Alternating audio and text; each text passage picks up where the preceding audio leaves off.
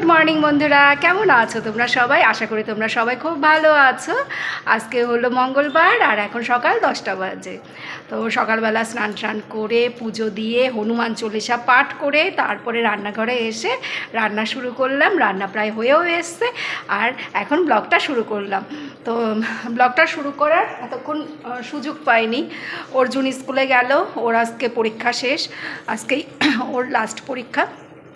ওকে স্কুলে পাঠিয়ে দিয়ে এখন ব্লগটা শুরু করলাম। তো সেরকম কিছু রান্না করিনি আজকে, ওই ফ্রিজে যা ছিল সেই দিয়েই আজকে দিনটা চালিয়ে নেব। কারণ কালকে তো আমরা বেরিয়ে যাচ্ছি, ওই জন্য আর বাজার হাট করা হচ্ছে না। 2-3 দিন ধরে ঘরে যা আছে সেটা দিয়েই রান্না করা হচ্ছে। তাও আলু ফুরিয়ে গেছে, আলুটা আনতে হবে, কারণ কালকে ওই ট্রেনে আমরা কি যা খাবো দাবো সেগুলো নিতে হবে। তো ওই আলুর তরকারি বা আলু ভাজা এরকম কিছু একটা করে নিতে হবে। তো সেই জন্য আলুটা আনতে বলে দিয়েছি। যাই হোক, সেগুলো আর কি রাতের বেলার দিকে গুছিয়ে রাখবো। কিন্তু এখনকার মতো রান্না হয়ে গেছে। ডিমের ঝোলটা প্রায় হয়ে এসছে, এটা গরম মশলা দিয়ে নামাতে হবে। আর বেগুন ভাজা আর হলো গিয়ে ডাল, মুসুরির ডাল একটু রান্না করে নিলাম, আর রয়েছে সাথে বেগুন ভাজা। এর মধ্যে রয়েছে সেই চিয়া সিড, ফ্লেক্স সিড, এই সমস্ত আমন্ড, মেথি। দেখো আমার বর এগুলো কিচ্ছু খায়নি সকালবেলা, ডিম সেদ্ধ করে খেয়ে নিয়েছে, চা বানিয়ে খেয়েছে। আর এগুলো যে আমি এখানটায় ঢাকা দিয়ে রেখেছি সেগুলো কিচ্ছু ছুঁয়েও দেখেনি। তো আমি এখন খাওয়া শুরু করি। আমি এগুলো খেয়ে তারপর ব্রেকফাস্ট করব। এগুলো তো খালি পেটে খেতে হয়। এখন আমি ব্রেকফাস্ট করব। ওমেন্স হরলিক্স বানিয়ে নিচ্ছে নিজের জন্য উষ্ণ গরম জলে, শুধু হরলিক্সটা দিয়ে একটু গুলে নেব। আলাদা করে এর সাথে আর চিনি অ্যাড করতে হয় না। হরলিক্সটা ভীষণই মিষ্টি।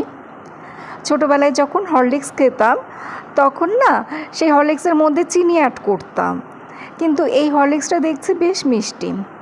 যাই হোক, এখন যদি এই হরলিক্সের সাথে চিনি অ্যাড করার প্রয়োজনও হতো তাহলেও চিনি অ্যাড করতাম না এর সাথে, কারণ চিনি তো আমি সেরকম একটা খাই না। ময়দা, চিনি এগুলো তো শরীরের জন্য ক্ষতিকারক, সেই জন্য এগুলো কম খাওয়ারই চেষ্টা করি। এই হরলিক্সের সাথে আমি ব্রেকফাস্টে 2-4টে হয়তো বিস্কুট খাবো, ডিম সিদ্ধ খাবো। তো পেটটা আমার বেশ অনেকক্ষণ সময় ভরা থাকে। হরলিক্সটা খারাপ না, হরলিক্সটা বেশ ভালোই। ধরো 2-3 ঘন্টা পেটটা আমার ভরা থাকে। একটু মোটা করে বানিয়ে নেই হরলিক্সটা। 1 টুকরো টমেটো কেটে নিলাম, এবার তাতে চিনি লাগিয়ে মুখটা একটু রাব করে নিচ্ছি। এই টমেটো আর চিনি ভালো স্ক্রাবারের কাজ করে। আমি তো মাঝে মধ্যেই এগুলো করে থাকি। হাতের কাছে যখন যেটা পাই, মানে যখন যেটা পাই বলতে চালের গুঁড়ো, টক দই, তারপর বেসন, কাঁচা দুধ, পাকা পেঁপে, এই ধরনের জিনিস যখনই ঘরে থাকে তখনই আমি এসব জিনিস দিয়ে একটু আর কি মুখের ফেস প্যাক বা স্ক্রাবার এগুলো বানিয়ে নিই। আগামীকাল তো ঘুরতে বের হচ্ছে, বাইরে গেলে তো আর এই সমস্ত করা হবে না, শুধু ফেস ওয়াশ দিয়েই মুখটা ধোয়া হবে। সেই জন্য আজকে একটু মুখেরও আর কি যত্ন আত্তি করে নিলাম। তারপর ছাদে এসে জামা কাপড়গুলো এখন মেলে দিচ্ছি, যেহেতু কালকে বের হচ্ছি সেই জন্য টুকটাক যে সমস্ত জামা কাপড় ছিল সেগুলো সব ধুয়ে দিয়েছে। আর ঘরেরও আর কি ছোটোখাটো যে সমস্ত কাজকর্ম আছে সেগুলো আমি করে রাখি। বাইরে থেকে এসে যাতে আমাকে খুব বেশি একটা কাজকর্মের চাপ নিতে না হয় সেই জন্য যতটুকু যা পারি কাজকর্ম সেরে রাখার চেষ্টা করি। আর এই ভিডিওটা তো ছিল আমরা যেদিন ঘুরতে গিয়েছিলাম তার আগের দিনের ভিডিও। সম্ভবত আমরা মার্চের 11 তারিখে ঘুরতে গিয়েছিলাম, এটা মনে হয় মার্চের 10 তারিখের ভিডিও। সে সময় তো এত গরম ছিল না, এখন তো প্রচণ্ড গরম পড়েছে। আর ওই সময়টাতে ভোরবেলার দিকে হালকা হালকা ঠান্ডা পড়তো। তো সেই সময়তে আমরা এই উইন্টার ক্রিমটাই ইউজ করতাম। তো ওই ক্রিমটা দেখে আমার না কীরকম যেন লাগছে, মানে ক্রিমটা দেখার পর না গরম যেন আরও বেশি লাগছে। প্রকৃতির রূপের পরিবর্তনের সাথে সাথে আমাদেরও রূপের পরিবর্তন হয়। পরীক্ষা শেষ? হ্যাঁ, পরীক্ষা হেভি ভালো হয়েছে। কি খসিয়েছিস বাবার কাছ থেকে দেখি? আমার 2/2 ওকে কিনে দিলে কেন এটা? হ্যাঁ আমার ছেলে না না চাওয়ার সাথে সাথে কেন কিনে দেবে? হ্যাঁ ঠিক আছে। কত নিয়েছে এটার দাম? বেশি না, মাত্র 120 টাকা। তো সেদিন তো 120 টাকাই বলছিল, তো তারপর দেওনি কেন? তো তুমি সেটা বায়না করেছি, দেওনি কেন সেটা বলো। ছেলের সামনে তুমি এইভাবে বলো না। না ছেলে এখন ভালো পড়াশোনা করে, কথা শুনে, হ্যাঁ আমি যা বলি তাই শোনে, তো ওকে দেবো না? ছেলের সামনে উস্কে দিচ্ছে। দেখি মিলাতে পারে কিনা। ও মা কি রে, মোবাইল পড়ে গেছে ওর হাত থেকে। মানে ওর মন ছিল এইদিকে, হ্যাঁ কিভাবে ফেলে দিল। আমাদের প্যাকিং চলছে।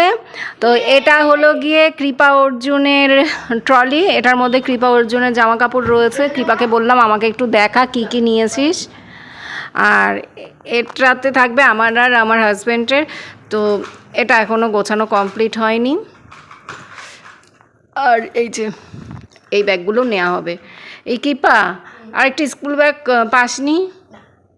দেখ এই ব্যাগ ক্যারি করা কিন্তু হেভি মুশকিল।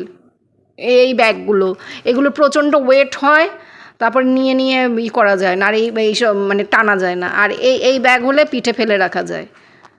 স্কুল ব্যাগ হলো দুটো ঘরে পরার জামা, চারটা ভালো জামা। টোটাল কটা জামা নিয়েছিস? 4 আর 3। দুটো ঘরে পরার, দুটো তো ভালো। আরে ভালো জামাই ঘরে পরবে ক্ষণে, বুঝেছিস? ওই হোটেলের মধ্যে থাকবে পুরনো জামা পরার কি দরকার? 5টা 6টা জামা। ওই পুরনো জামাগুলো কমিয়ে নে। আর তোরও তাই করবি। পুরনো জামা কেন নিচ্ছিস? যেগুলো ভালো একটু ওই যে গেঞ্জি কাপড়ের যে টপগুলো রয়েছে তুই তো পরবি সেগুলো, ওগুলোই রাতে পরবি। ওগুলো তো রাত্রে পরে থাকা যায়। একটা বেডশিট এর মধ্যে ব্যাগে। আচ্ছা দুটো বেডশিটই নেব নাকি ব্যাগের মধ্যে? চাদর তো দেবে। এই টুপিটা নিয়েছিস কেন? নিলাম। এই টুপিটা হাতের কাছে রাখবি। তোরই লাগবে, তোর তো ঠান্ডা লাগে, তোরই লাগবে। রাখো না ব্যাগে। এটা গলায়। এটা একদম পাতলা, এটা দিয়ে কিচ্ছু হবে না। এটা থাকবে, আমি দিচ্ছি। ওই টুপিটা রাখ, ওই টুপিটা আমার কাছে দে।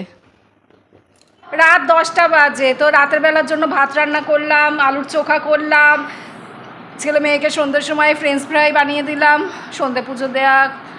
তারপরে কালকে আবার ওই আর কি সকালবেলা যা রান্না করবো সেগুলো কেটে কুটে রাখলাম। আলুটাই শুধু কেটে রেখেছি, ওই আলুর দম হবে, আলু ভাজা হবে, সেগুলো একটু গুছিয়ে রাখলাম। আর কি করেছে মনে করতে পারছি না। না ডিমটা আমি রান্না করব না, ডিমটা তো ছোটো পিসি রান্না করবে। সকালবেলা এত কিছু রান্না করতে পারবো না।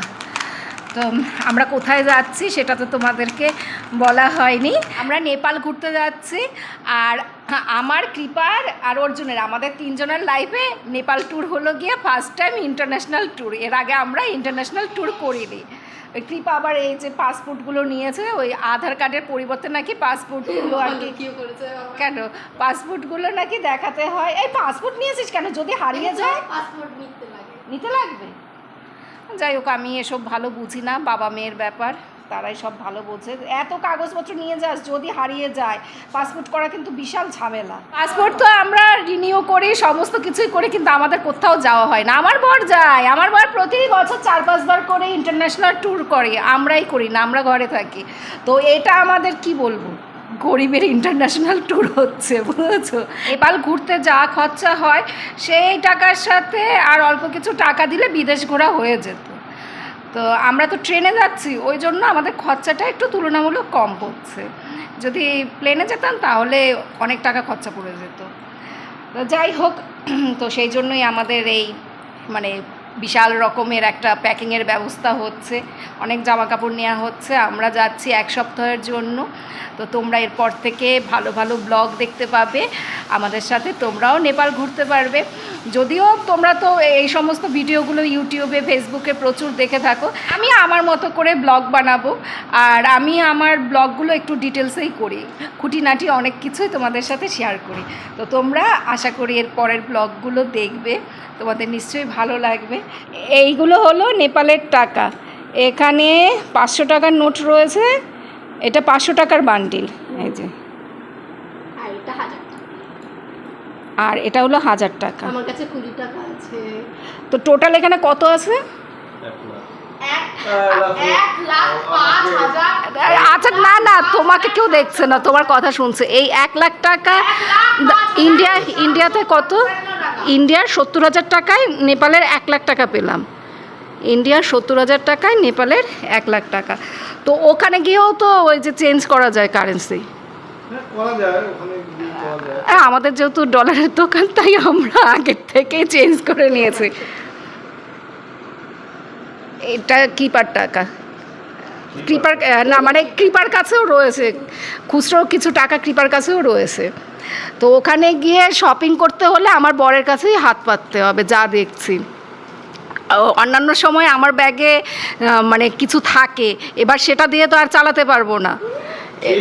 এবার 1 টাকার দরকার হলো, 1 টাকার দরকার হলো তোমার কাছে হাত পাততে হবে। না বাবা, আমি ইন্ডিয়ান কারেন্সি তোমাকে জমা দেবো না। আমি আমার প্রয়োজন হবে যখন, তখন তোমার কাছ থেকে নেব। আমার টাকা আমি কমাতে চাই না। দোকানে গিয়ে বলবো ওই যে আমার হাজবেন্ড দাঁড়িয়ে আছে, ওই যে ওনাকে ধরুন।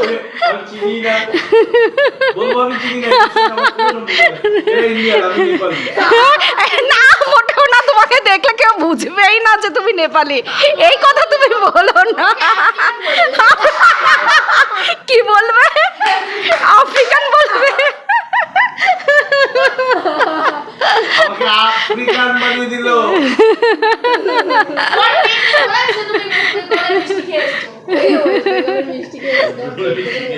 আচ্ছা এটা তাহলে ঠিক করে নে। এইটুকু নিয়েছো? এখানে শুধু আমাদের টাকা নাই, এখানে অনেকের টাকাই রয়েছে, তাই না? আমাদের সাথে যারা যাবে তাদের টাকাও রয়েছে। গুড মর্নিং বন্ধুরা, আজকে হলো বুধবার আর এখন সকাল 8টা বাজে। 6টার সময় ঘুম থেকে উঠে রান্না বান্না চাপিয়ে দিয়েছি। তো আলু তরকারি রান্না করেছি, আর হলো গিয়ে ভাত করলাম, তারপরে আর জানি কী করলাম, পাস্তা বানালাম। তো আমার বর এখন আলুর তরকারি দিয়ে ভাত খাবে। এর পেছনে অনেক গল্প আছে। পরশুদিন থেকে আমার বর শুধু বলেই যাচ্ছে ওর নাকি আলুর দম দিয়ে ভাত খেতে ইচ্ছে করছে, নিরামিষ যে আলুর দমটা হয় সেটা দিয়ে। এখন সেই পরশুদিন থেকে আমাকে শুধু বলে যাচ্ছে, বলে যেদিন আমরা বের হব সেদিন সকালবেলা তুমি আলুর দম রান্না করবে। তো রাতের জন্য পরোটা করতে হবে, আলু ভাজা করতে হবে, ট্রেনে বসে খেতে হবে। তো পরোটা করব, আলু ভাজা করব। আর দুপুরের জন্য ভাত করতে হবে, ডিমের ঝোল করতে হবে। সকালের জন্য আলুর তরকারি করতে হবে, ভাত করতে হবে। বিকেলের জন্য পাস্তা করতে হবে। আবার আমার বর বলেছে সুজি বানিয়ে নিতে। বলে একটু সুজি করে নিও। ও সুজি খেতে পছন্দ করে।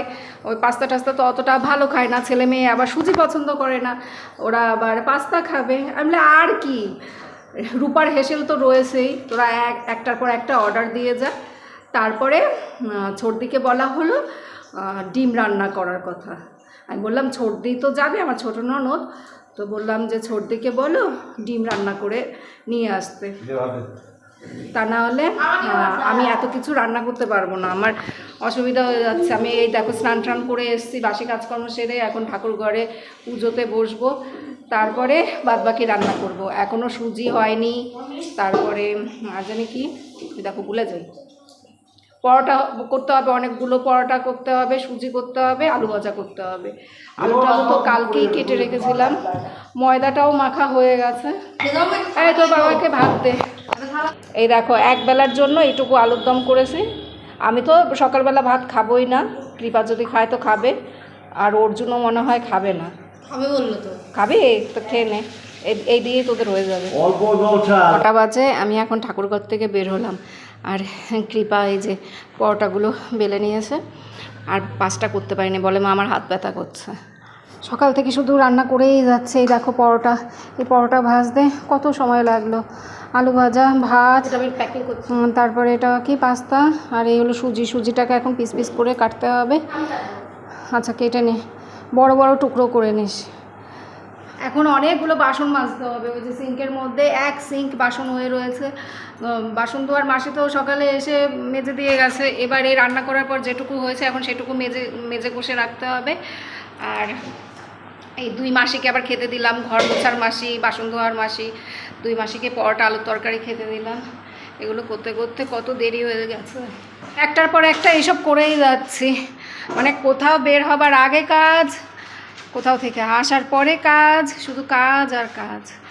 এত রান্না আমার করার একদমই ইচ্ছে ছিল না। কোথাও যখন ঘুরতে যাই তখন এত কিছু রান্না করে বের হওয়া আমার কাছে মানে খুব চাপের মনে হয়, আমার একদমই ভালো লাগে না। বাড়িতে যখন থাকি তখন শখ করে এটা ওটা রান্না করি, আলাদা ব্যাপার। কিন্তু এই ঘুরতে যাওয়ার আগে এই তাড়াহুড়ো করে এটা ওটা রান্না করা, উফ বাবা। তো চলো বন্ধুরা, এখনকার মতো ব্লগ শেষ করছি। তোমরা সবাই ভালো থেকো, সুস্থ থেকো, সাবধানে থেকো। আবার আগামীকাল দেখা হবে। তো আজকে আমাদের মানে এর পরের ব্লগটা আর কি ট্রেনের ব্লগ যাবে, তো সেই ট্রেনের ব্লগটা আবার একটু পরে শুরু করব।